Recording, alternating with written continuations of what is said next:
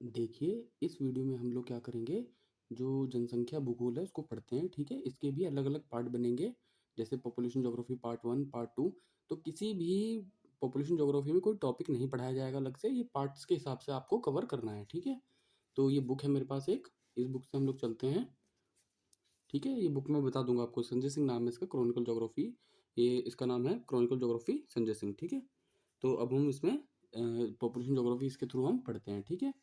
जो underline portion है काम का है, सिर्फ उसे ही हम लोग पढ़ेंगे। पेन की टिप को फोकस कीजिएगा। तो देखिए, सबसे पहले हम लोग क्या पढ़ते हैं, मानव प्रजातियां। अब मानव प्रजाति में अलग अलग साइंटिस्ट ने डेफिनेशंस दी हैं, तो जो मेन डेफिनेशन वो सबसे पहले किसकी आती है, क्रोबर की, ठीक है? क्या है?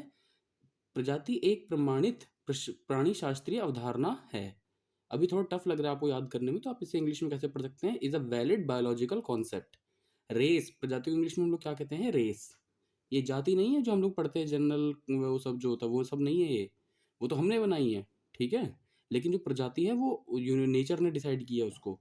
तो जो रेस होती है वो क्या है, is a valid biological concept, ये बायोलॉजिकली डिसाइड होती है, ठीक है? ये ऐसे डिसाइड नहीं होती कि आप मतलब ये हो तो आपको इस कैटेगरी में, ये हो तो इस कैटेगरी में, ठीक है? या ये कंडीशन रही है तो इस कैटेगरी में, ये कंडीशन रही है तो इस कैटेगरी में, ऐसा कुछ नहीं है। नेचर के हिसाब से डिसाइड की हुई होती है ओरिजिनल चीज़, ठीक है? तो जो नेचर ने डिसाइड किया है वो क्या है, वैलिड बायोलॉजिकल कॉन्सेप्ट। क्या रेस को जो उन्होंने कहा है, किसने कहा है, क्रोबर ने। तो बहुत इंपॉर्टेंट है कि क्रोबर ने क्या स्टेटमेंट दिया है नेचर को लेकर के, कि रेस जो है ह्यूमंस की वो क्या है, एक रेस है valid biological, race is a valid biological concept, ठीक है? ये किसका है, क्रोबर का। क्लियर? अब आगे चलिए, और किसी की इतनी इंपॉर्टेंट नहीं है, फिर आती है हेडन की। जो हेडन है ना, ठीक है, प्रजाति शब्द वर्ग विशेष को प्रदर्शित करता है जिसका सामान्य विशेषताएं आपस में समरूप दर्शाती हैं।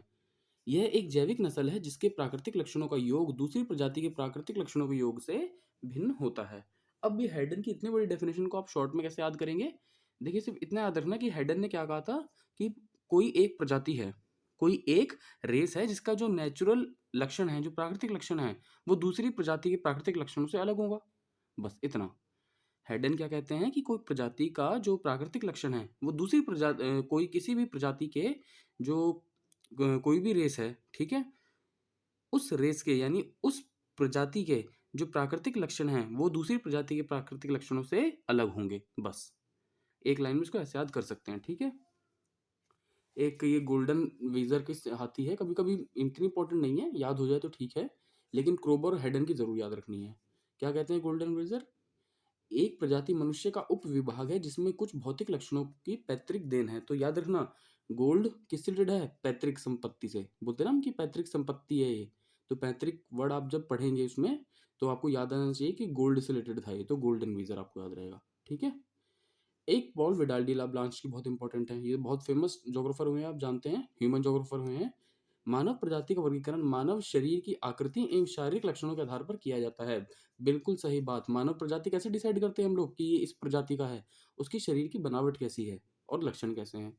तो ये तो आपको ऐसे ही याद हो जाएगी ऑटोमेटिकली, ठीक है, कि शरीर की आकृति बनावट के आधार पर किसने बात की थी, पॉल विडाल डी ला ब्लांच ने। और उससे भी मोस्ट इंपॉर्टेंट देखिए आते हैं ग्रिफिथ टेलर, ऑस्ट्रेलियन जोग्राफर हैं। ये क्या बोलते हैं ग्रिफिथ टेलर? मानव प्रजाति नस्ल को प्रकट करती है ना कि सभ्यता को। इट मीन्स क्या, कि मानव की जो प्रजाति है, जो रेस है, ठीक है, वो नस्ल को प्रकट करती है कि इसकी नस्ल क्या है, ठीक है, ना कि सभ्यता को। सभ्यता तो बाद में है, पहले तो उसकी नस्ल बनी ना। तो इसीलिए तो मानव प्रजाति जो है वो नस्ल को प्रकट करती है ना कि सभ्यता को। ये किसने दिया था, ग्रिफिथ टेलर ने, ठीक है? तो ये देखिए आपने लिखा हुआ है मानव उद्भव मध्य एशिया से, ठीक है, ये मैं बाद में बताऊंगा क्या है, लेकिन इतना भी डेफिनेशन इसकी याद रखिए, और किसी की इतनी इंपॉर्टेंट नहीं है, ठीक है? तो अब देखिए इधर आइए, ये राइट हैंड साइड पर देखिए, यहाँ लिखा हुआ है क्रेडल लैंड ऑफ मानव, ऑफ मैन।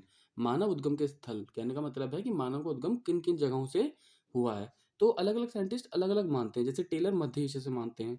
सेम यही बात देखिए यहाँ पर, पेन की निप को देखिए, सेम यही बात यहाँ लिखी हुई है, मानव उद्भव का स्थल मध्य एशिया, ग्रिफिथ टेलर। तो जो ग्रिफिथ टेलर थे, ये टेलर लिखा हुआ है यहाँ पर खाली, तो कंफ्यूज मत होना है, ग्रिफिथ टेलर ही है। ग्रिफिथ टेलर ने क्या बताया था कि मानव का उद्गम कहाँ से हुआ है, मध्य एशिया से हुआ है, ठीक है? एक ऑसबर्न थे, उन्होंने बताया नहीं, तिब्बत और मंगोलिया से हुआ है। डॉट किथ एम ली के थे, उन्होंने अफ्रीका से बताया है। तो ये आपको पता होना चाहिए कि कौन से साइंटिस्ट ने कौन सी जगह से बताया है, ठीक है? ड्रायोपिथिकस को मानव का प्राचीनतम पूर्वज माना जाता है। बहुत इंपॉर्टेंट लाइन है कि जो मानव के सबसे प्राचीनतम पूर्वज कौन थे? ड्रायोपिथिकस। ये चिंपैंजी और बंदर पे मत जाइएगा, अभी ये इसको साइंटिफिक नाम दिया गया है, उसको पढ़िए। ड्रायोपिथिकस, ठीक है, को मानव का प्राचीनतम पूर्वज माना जाता है। ड्रायोपिथिकस से मानव का विकास ड्रायोपिथिकस, ऑस्ट्रोपिथिकस, होमो इरेक्टस और होमो सैपियंस की कड़ी में हुआ। We are the latest one. हम क्या हैं? लेटेस्ट वन है ह्यूमन की प्रजाति के। वो क्या है? होमो सैपियंस कहा जाता है हमें, ठीक है। ह्यूमन बीइंग तो हम बोलचाल में कह देते हैं, लेकिन साइंटिफिकली इसको होमो सैपियंस कहा जाता है। तो कोई आपसे पूछे कि इतिहास से लेकर के लेटेस्ट का क्या क्रम बनेगा? ड्रायोपिथिकस, ऑस्ट्रोपिथिकस, होमो इरेक्टस और होमो सैपियंस, ये क्रम आपको याद होना चाहिए पूरा पूरा, ठीक है। सबसे इंपॉर्टेंट चीज पता चली इसमें क्या है, सबसे पुराना सबसे नया क्या है, और बीच के सारी सीरियल आपको पता होने चाहिए। अब आते हैं, एक थ्योरी हुई है देखिए बहुत फेमस, प्रवास कटिबंध सिद्धांत, इसे हम लोग कहते हैं माइग्रेशन जोनल थ्योरी, ठीक है। ये किसने दी थी? ग्रिफिथ टेलर ने। तो ये डायरेक्ट क्वेश्चन पूछ लेते हैं कि प्रवास कटिबंध सिद्धांत किसने दिया था? ग्रिफिथ टेलर ने दिया था, ठीक है।